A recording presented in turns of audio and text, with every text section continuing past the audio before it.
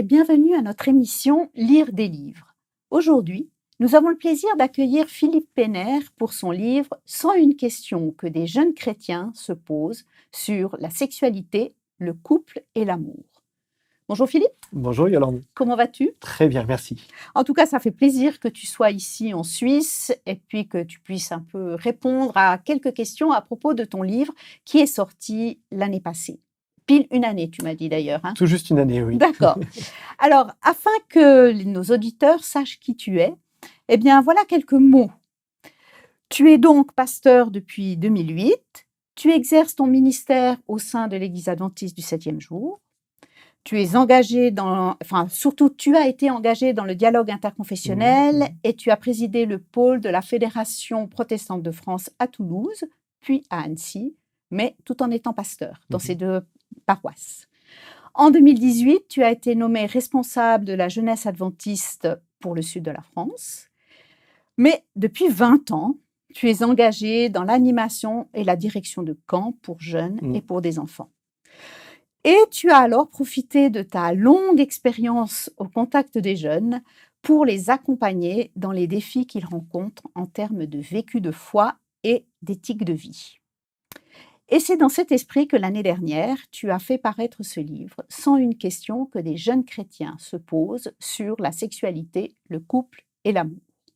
Et puis à un niveau personnel, tu es marié depuis 15 ans et tu as 2 enfants de 12 et 13 ans qui seront donc bientôt directement concernés par ce livre. Oui, en fait, ils le sont déjà quelque part, parce que ça dépend à quel âge on estime qu'il faut commencer à parler de sexualité. Mais en effet, là, on commence à rentrer vraiment j'imagine, hein. dans une application très personnelle.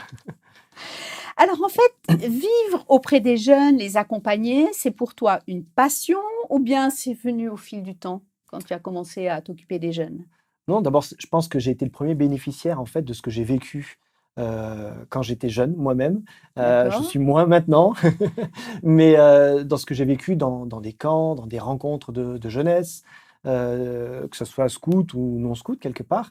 Et ça m'a beaucoup nourri, ça m'a beaucoup apporté. Et puis naturellement, j'ai embrayé quelque part quand on a fini d'être animé, on devient à son tour animateur.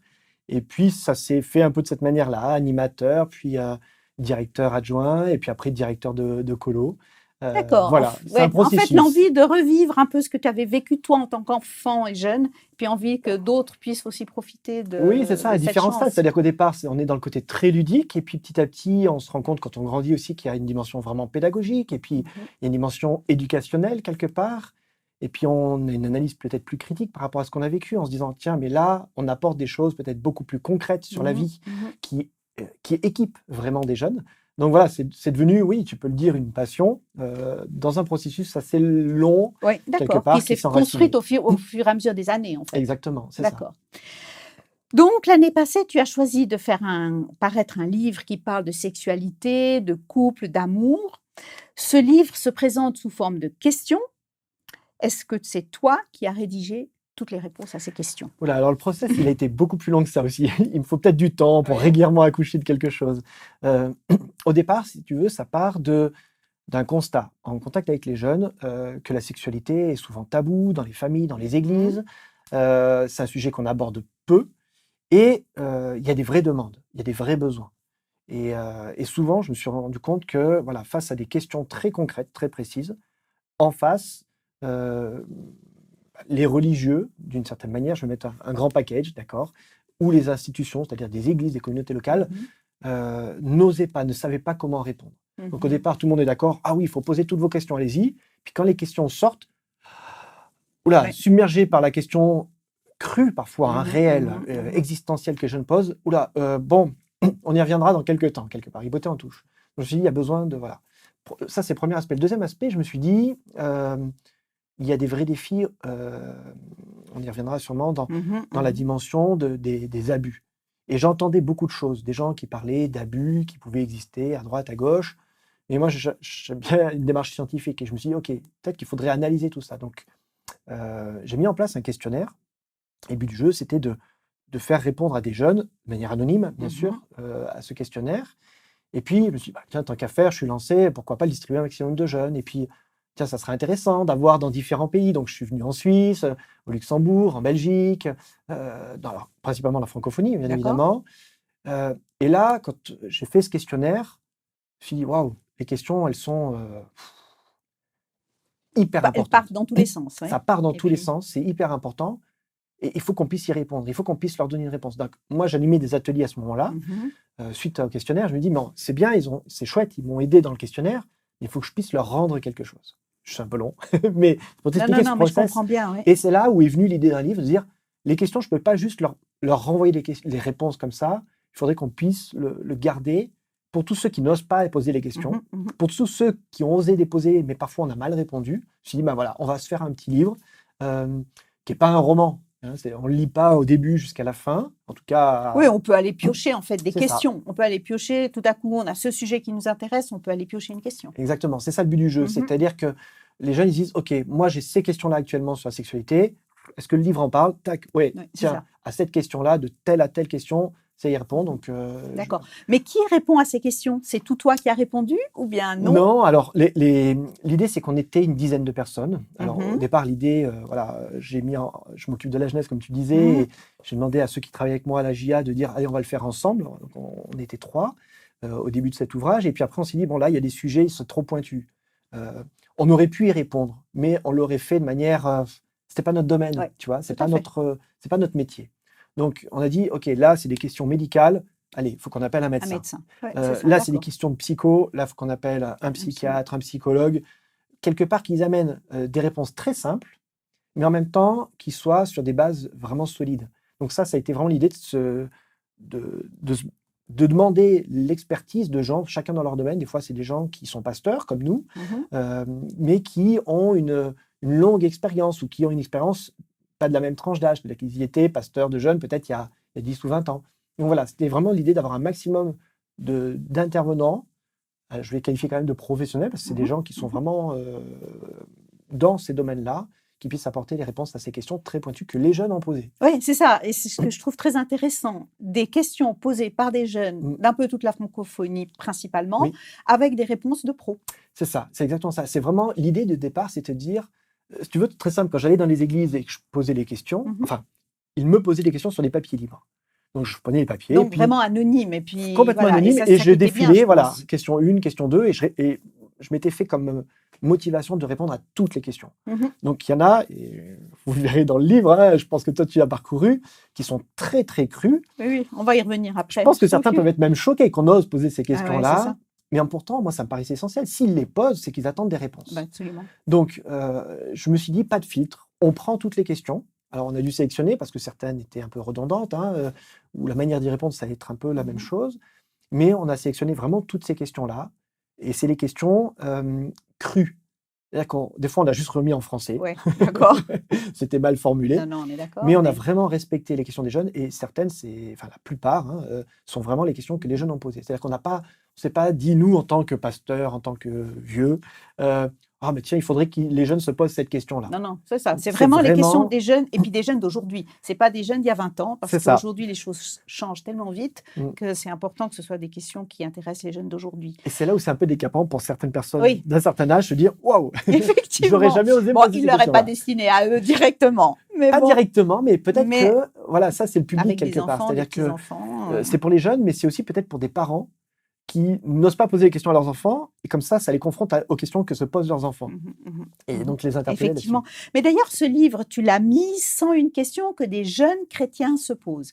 Pourquoi avoir précisé des jeunes chrétiens? C'est différent des jeunes chrétiens ou des jeunes pas chrétiens? Alors ça, c'était un a priori de base, de dire, bon, les jeunes chrétiens, ils ont été élevés avec une éducation chrétienne, donc ils sont dans un moule particulier. Ben, ces jeunes-là pensent différemment des gens du dehors, quelque part. Si je peux les qualifier ainsi. Hein, donc mais enfin, des gens qui ne sont pas, en tout cas, dans un milieu chrétien. Je suis parti un peu du stéréotype. Et en fait, c'est très intéressant parce qu'on se rend compte qu'il n'y a aucune différence entre les questions des jeunes chrétiens et des jeunes qui ne sont pas chrétiens, qui n'ont pas grandi dans une éducation ou une foi chrétienne. Donc, les questions, on se rend compte qu'elles sont vraiment en dehors presque j'ai envie de dire, de la dimension ecclésiale, d'une église en particulier. C'est-à-dire qu'au départ, je me suis dit, tiens, pourquoi pas l'appeler sans une question que des jeunes adventiste se pose, par exemple. Mhm. Parce Oui, que mais alors là, l'enquête a ça été devenait faite dans le monde très, adventiste. ouais, Mais en fin de ça compte, devenait très non. restrictif. Et Mais voilà, puis, c'était restrictif. Et puis finalement, les jeunes qui ont répondu au questionnaire, ils venaient de pays différents, ils venaient de cultures différentes. mhm. Et je me suis dit, mais en fait, c'est des questions que des jeunes catholiques, protestants, évangéliques peuvent se poser aussi. Mhm. Donc c'est pour ça qu'on a mis, et d'ailleurs dans les questions qui ont été posées par des jeunes, il ne fallait pas être baptisé adventiste du septième jour pour pouvoir Non, non, répondre. c'est ça, tout C'est-à-dire à que fait. c'est vraiment des jeunes qui étaient présents, qui étaient là. Ouais, d'accord. Peut-être un élément important aussi par rapport à ces jeunes-là, ça c'était dans ma démarche un peu d'accompagnement pastoral, Mhm. je voulais pas que le questionnaire soit en ligne. C'est-à-dire qu'on n'a pas fait circuler sur des réseaux sociaux pour que qui voulait remplisse. C'est-à-dire que je voulais quand même qu'il puisse y avoir une interaction entre un questionnaire, Mhm. une personne qui puisse être là physiquement, répondre et interagir avec eux. Et D'accord. c'est vraiment dans ce cadre un peu à la fois académique et à la fois vraiment relationnel qu'on a mis en place et cette enquête et par la suite aussi cette D'accord, rédaction. ok. Mais justement, je me dis que la Bible parle beaucoup d'amour, Oui. c'est quand même le message central de la Bible, Mm. mais elle parle peu de sexualité, de pratiques, de choses comme ça.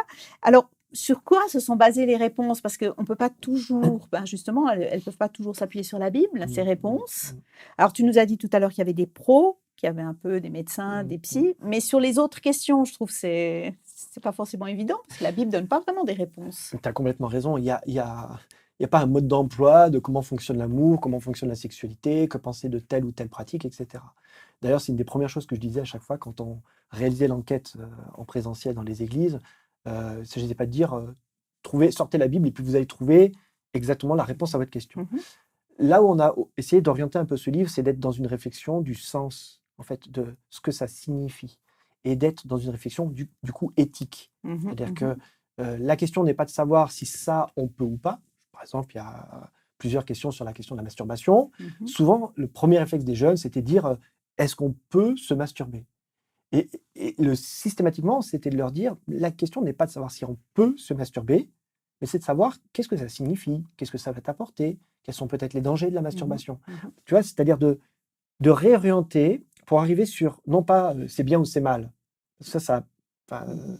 c'est pas un Ce que j'ai livre entre autres beaucoup, d'apologie. beaucoup aimé dans ce livre, c'est qu'il n'apporte Mm, pas des réponses toutes faites. Tu dois pas, tu peux pas. mm. Et puis c'est au contraire, c'est de l'ouverture à la réflexion. Parce que justement, je me disais, est-ce que c'est un livre de morale? Non, Ben, clairement pas. sûrement pas, surtout pas. C'est-à-dire qu'on voulait pas un truc de validation, est-ce que je peux faire ceci ou cela. Mhm. Vraiment, l'idée, c'était de donner des pistes de réflexion. C'est pour ça qu'il y a toujours un petit verset biblique, Mhm. mais qui est systématiquement soit de l'Ecclésiaste, soit de Proverbes, soit un psaume. Mais c'est très court. Et chaque verset a été un peu réfléchi justement Mhm. pour qu'il amorce déjà cette réflexion du sens, en Ouais, fait. Et d'accord. pas est-ce que je peux me masturber? Il n'y a pas de verset biblique qui parle de la masturbation. Alors, il y a un texte biblique qui est utilisé pour dire c'est une masturbation. Et en fait, quand on fait une analyse d'exégèse de base, C'est ce n'est pas. pas la question de la masturbation qui D'accord. est, Ouais. qui est en question. Donc, voilà, et pourtant, c'est une question très concrète. Que Alors, les dans le jeunes se livre, posent. ben, c'est une question que les jeunes se posent. Il y a les résultats de l'enquête, en partie aussi, qui Mhm. permettent d'illustrer pourquoi. Parce que je me suis dit, bon, le premier public, c'est un public croyant qui va Mhm. peut-être lire ce livre. Et certains vont dire, oh là là, mais comment vous osez poser la question de la masturbation? Dans l'enquête, on se rend compte que 80% des jeunes pratiquent la masturbation. Donc, à partir de ce moment-là, ce qui est intéressant pour moi de dire, particulièrement à des parents ou des grands-parents, de dire si 80% des jeunes de votre communauté pratiquent la masturbation, vous ne pouvez pas leur dire que c'est mal. Il faut dire, aller plus loin dans Aller une plus loin, c'est réflexion, ça. pas se Mhm. contenter de c'est bien ou c'est Mhm. pas bien. Mhm. Donc, il faut aller plus loin. Et le chiffre, quelque part, des réponses permet de donner du poids, en fait, en se disant, OK, c'est des questions importantes, il faut y répondre. Mhm. On ne Ouais, peut pas c'est botter en ça. touche. Mais j'ai envie de dire, mais pourquoi? Parce que justement, tu as dit que ce livre s'adressait principalement à des chrétiens. Puis on a envie de dire, j'ai envie de poser la question, Mm. pourquoi est-ce que la sexualité, c'est encore si tabou dans nos églises? Pourquoi c'est un sujet dont on n'ose pas parler? Et pour ça, je pense que ce livre venait vraiment bien parce Mm, qu'on mm. n'a rien, Alors, ou pas grand-chose en tout oui, on cas. n'a pas grand-chose, si ce n'est, comme tu disais tout à l'heure, un peu des fois de la morale. C'est-à-dire ou très apologique, c'est dire voilà ce qu'il faut être quand on est un bon chrétien. Une Mhm. espèce de mode d'emploi du jeune bon chrétien, ou du bon jeune chrétien. Mais vraiment, l'idée, c'était de mettre l'accent sur un vécu, sur un constat aussi, pas un constat d'échec ou de victoire, Mhm. mais juste poser quelques éléments de constat et peut-être de aussi démonter à un moment donné euh, certaines manières de répondre. Tu vois ce que je veux dire? Donc, Ouais. j'ai oublié ta question de départ, mais Non, mais non, mais c'est sur le fait de pourquoi est-ce que c'est si tabou encore ah oui, aujourd'hui? pardon, merci. Pourquoi? Voilà. La question du tabou, moi, pour moi, elle évoque deux choses: l'incompétence et la question des abus. Alors, je vais Mm. m'expliquer. La première, l'incompétence, je pense que on n'a jamais expliqué les relations humaines, Mhm. les sentiments, ce genre de choses, on n'apprend pas à l'école. Mhm. Les seuls modèles qu'on a, c'est nos parents, les plus proches, ou les contre-exemples de nos parents. Mhm. Donc, si on a des parents qui se déchirent, ben, on aura une image de gens qui se déchirent. Si on a des parents qui n'ont aucun témoignage d'affection l'un pour l'autre, eh ben, on construira Forcément. cette image-là. Mhm. D'accord? Donc, il y a une question d'incompétence sur la transmission de la sexualité. Mhm. Est-ce que, en tant que parents, on se pose auprès de nos enfants en leur expliquant, bah voilà, les méthodes contraceptives, la relation amoureuse, comment ça se construit avant un rapport sexuel, qui embrasser, pourquoi l'embrasser, qu'est-ce que ça signifie? Tu vois, toutes Mhm. ces Mhm. démarches-là, qui peuvent paraître même un peu intellectuelles, comme je le dis, mais qui sont pourtant essentielles. Mhm. Mhm. C'est-à-dire qu'on se contente du prof de bio à l'école qui va apprendre comment ça marche Comment ça mécaniquement. fonctionne? Ouais, c'est On ça. va laisser quelques assos qui vont expliquer la contraception. En fait, le job, c'est nous, les parents, qui devons le faire, ou les pasteurs, ou les enseignants, les éducateurs. Mais c'était justement ma question de se dire qui doit faire ce travail-là? Tout C'est le les monde. parents? Parce que des fois, c'est compliqué en famille de parler de ces sujets-là, parce qu'il y a, si ce n'est pas un dialogue qui a été initié depuis petit, Ben voilà, tu as trouvé la clé. voilà, C'est-à-dire qu'il faut l'initier déjà depuis tout petit. voilà, et comme ça devient un sujet Mm. parmi d'autres dont on va Exactement. parler. Mais c'est vrai que si tout à coup des parents se retrouvent avec des enfants ados et puis qui veulent aborder une question, là, c'est tout le monde va mettre patte arrière Non, et c'est clair. puis dire. Et Et puis, là, du coup, c'est peut-être le rôle de l'Église et puis des responsables de jeunes. oui, alors c'est là aussi difficile parce que tout d'un coup, on se dit, pasteur, il faut absolument que vous abordiez cette question-là avec les jeunes parce que c'est important pour eux. Et Mhm. donc là, on sort la carte Joker pasteur, et le pasteur qui a jamais parlé de sexualité du haut de la chair, tout d'un coup, il faut qu'il parle aux jeunes pour que, sous-entendu, il recadre un peu tout ça, que ça parte pas n'importe comment. Mhm. Mhm. Mais c'est trop tard. On veut dire, comme tu le dis très bien, c'est des petits qu'il faut construire ces C'est ça. relations les uns Mhm. avec les autres, cette confiance, et de dire que c'est un sujet comme tous les autres Oui, qu'on c'est peut ça. aborder. Le deuxième facteur, alors je disais, il y a l'incompétence, le deuxième facteur, c'est la question des maltraitances, c'est-à-dire que toute l'histoire personnelle des uns et des autres. Dans l'enquête, je le relève, c'est les chiffres C'est qui les parlent. chiffres. Hein. 25% des jeunes ont été Ah, c'est abusés. incroyable ça. Et 25% ont pu avoir des comportements d'abuseurs.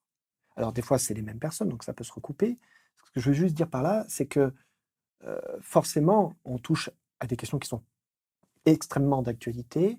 Comment on fait face à l'abus? Comment on, on fait de la prévention par rapport à ces questions-là aussi? Et quand on a soi-même subi un abus, est-ce que on se sent en capacité de transmettre quelque chose? Alors certains, au contraire, vont être très en capacité de transmettre. Au contraire, d'autres, ils sont complètement démunis, Ah oui, désarmés. c'est ça. Donc, pourquoi c'est difficile peut-être aussi dans nos milieux? C'est qu'il y a encore beaucoup de tabous, il y a encore beaucoup de rapports qui ne sont pas clarifiés Mhm. et de choses qui sont mises sous le tapis quelque part. Ouais, dont on n'a pas envie de parler. Hein. Donc là, il y a une autre responsabilité, c'est la responsabilité collective, Mhm. qui n'est plus celle des parents ou des familles, mais qui est vraiment celle d'une communauté religieuse, quelle qu'elle soit, de gens qui ont des postes de responsabilité, d'assumer, Mhm. de prendre des choix et des choix clairs. Mhm. Je veux dire, c'est comme la justice, quand elle condamne quelqu'un qui ne sait pas bien, mais qu'elle lui donne quelques heures de travaux d'intérêt généraux, la condamnation n'est pas à la hauteur de la, Mhm. de la, de la faute, quelque part. Ouais, c'est ça. Donc là aussi, on a une responsabilité collective à avoir. Oui, c'est ça. Mais tu parles justement beaucoup d'abus, de ce que Mm. les jeunes ont pu vivre dans leur Mm. famille. Mais aujourd'hui, il y a un sujet aussi qui revient beaucoup, en tout cas, c'est le problème de la pornographie. Mhm. Parce que les écrans font que la pornographie est devenue accessible à tout le monde. Tu en parles aussi dans Mm. le livre, Mhm. enfin toi et puis ceux qui On t'ont en parle, ouais. accompagné pour Je suis le écrire. porte-parole, mais on en Mais parle est-ce ensemble. que justement, est-ce que c'est une réalité chez les jeunes chrétiens, le Oui. problème de la pornographie? Mais c'est une réalité dans notre monde, en fait. Alors, l'enquête elle s'arrête à 16-35 ans, parce qu'on estime qu'on est jeune jusqu'à 35 ans. D'accord. Bon. En fait, c'est une réalité. Ouais. Ça dépasse les questions des âges. Et oui, c'est un quotidien aujourd'hui. Et particulièrement, euh, quand on entend pornographie, tu vois, des gens qui ont 60 ans, ils s'imaginent le magazine pornographique. Ouais. C'est fini, Aujourd'hui, ça. c'est plus large, hein. Aujourd'hui, la pornographie, la première porte d'entrée, c'est un smartphone. C'est-à-dire que les jeunes ont tous un smartphone, Et ils du ont tous coup, de la ils ont 4G tous ou de la accès. 5G. Ah ouais. Donc, ils ont tous accès 24/24, où qu'ils soient dans un pays, soit en haut d'une montagne ou au fin fond d'une vallée, il y a toujours de quoi capter. Ce qui est différent du magazine. Oui, Un oui, peu bah, du, c'est sûr. du papy qui avait caché son magazine sous le Puis là, matelas. c'est plus discret avec le smartphone. On est devant notre Et smartphone, puis, chacun peut voir ce qu'il illimité, veut. gratuit. Donc, c'est accessible. Ah ouais. Et c'est tentant, parce qu'il y a aussi un vide qui a été créé, parce qu'il n'y a pas eu de cadre juridique qui a été posé, ou très tardivement. Aujourd'hui seulement, on commence à se rendre compte dans les des milieux d'éducation populaire ou d'éducation d'État, j'ai envie de dire, des dangers de la pornographie, avec de l'hyperviolence sexuelle qui est de plus en plus présente. Cette violence-là, elle est aussi présente dans l'Église. Ouais, c'est ça. Je veux dire, Ah ouais. sur un autre sujet, par exemple, des violences conjugales. Ouais, on sait que dans l'Église, il y en a aussi, Voilà, hein, donc clairement. tout ce qui est évoqué dans ce livre-là existe dans la société, et tout ce qui existe dans la société existe aussi auprès des jeunes qui fréquentent les églises C'est aussi. ça, ouais. Ce qui peut changer, par contre, c'est les regards que les jeunes portent sur des actes ou sur ce qu'ils vivent. Ouais. Et là, alors, tu le prendras de deux manières. Bonne ou mauvaise chose, je ne sais pas.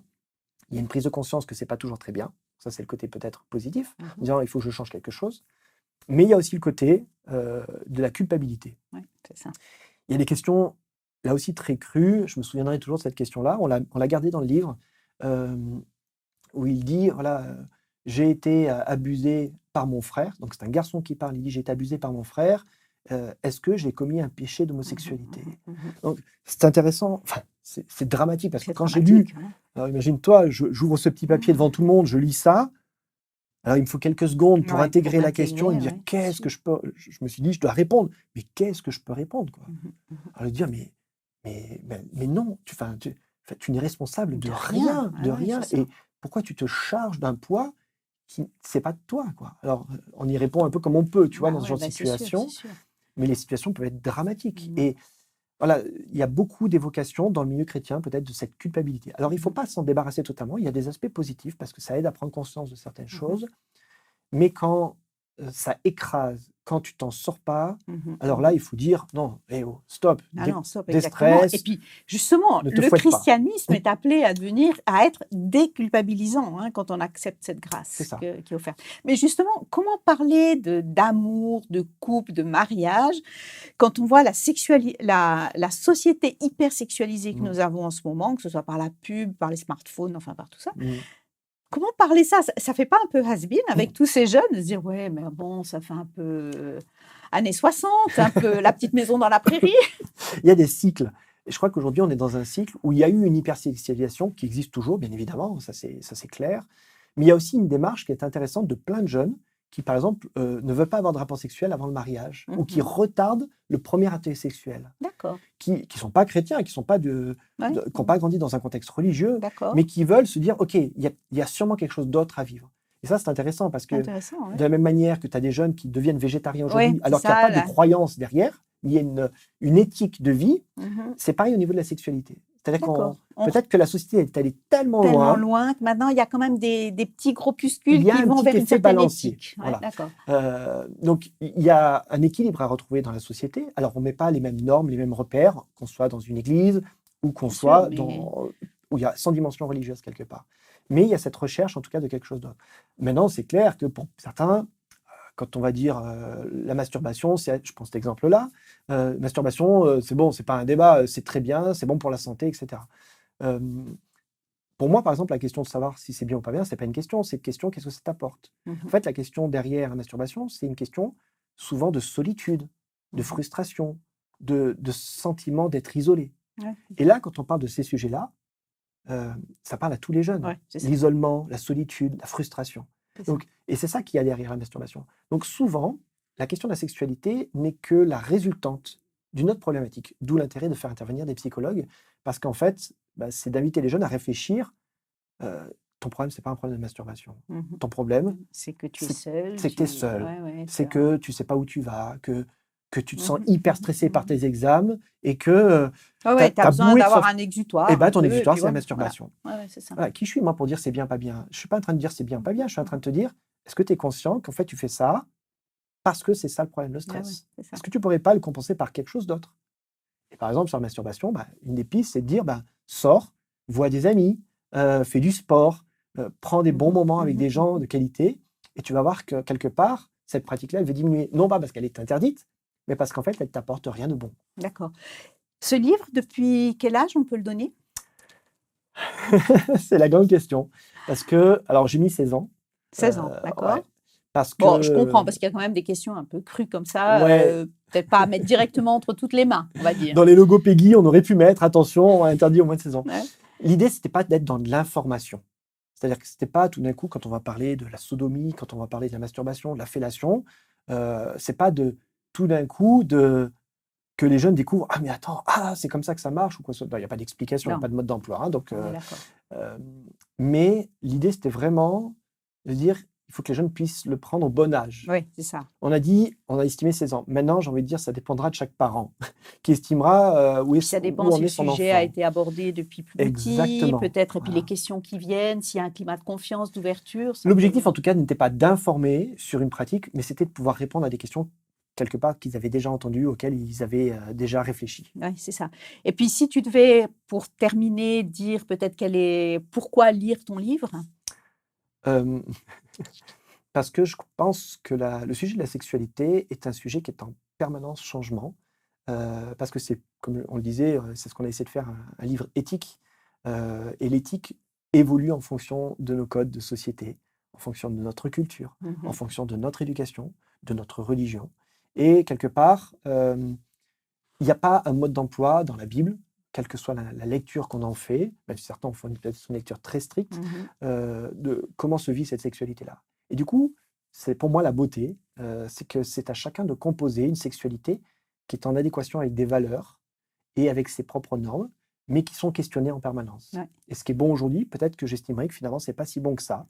Et c'est ça On est l'évolution. appelé à évoluer. Et c'est ça aussi la grâce, Ouais, de se dire, on ne s'arrête pas sur pratique autorisée ou pas, mais sur le sens de cela et du pardon qu'on peut se donner mutuellement par rapport à certaines choses qu'on a pu faire. Ouais. Merci infiniment, Philippe, pour ta venue, de nous avoir parlé donc de ce livre, Sans une question que des jeunes chrétiens se posent sur la sexualité, le couple et le mariage. Non, le couple et l'amour, pardon, pas le mariage, le couple et l'amour. Donc, pour ceux qui seraient intéressés à acquérir ce livre, eh bien, vous pouvez l'obtenir à la librairie Vie et Santé, ici en Suisse, ici à Renan. Et puis pour la France, dans toutes les bonnes librairies, vous pouvez le trouver. Merci beaucoup de nous avoir suivis dans cette émission de Lire des livres. Et puis, n'oubliez pas de liker cette émission si elle vous a plu. Et puis, nous vous donnons rendez-vous pour une prochaine émission, Lire des livres. À bientôt.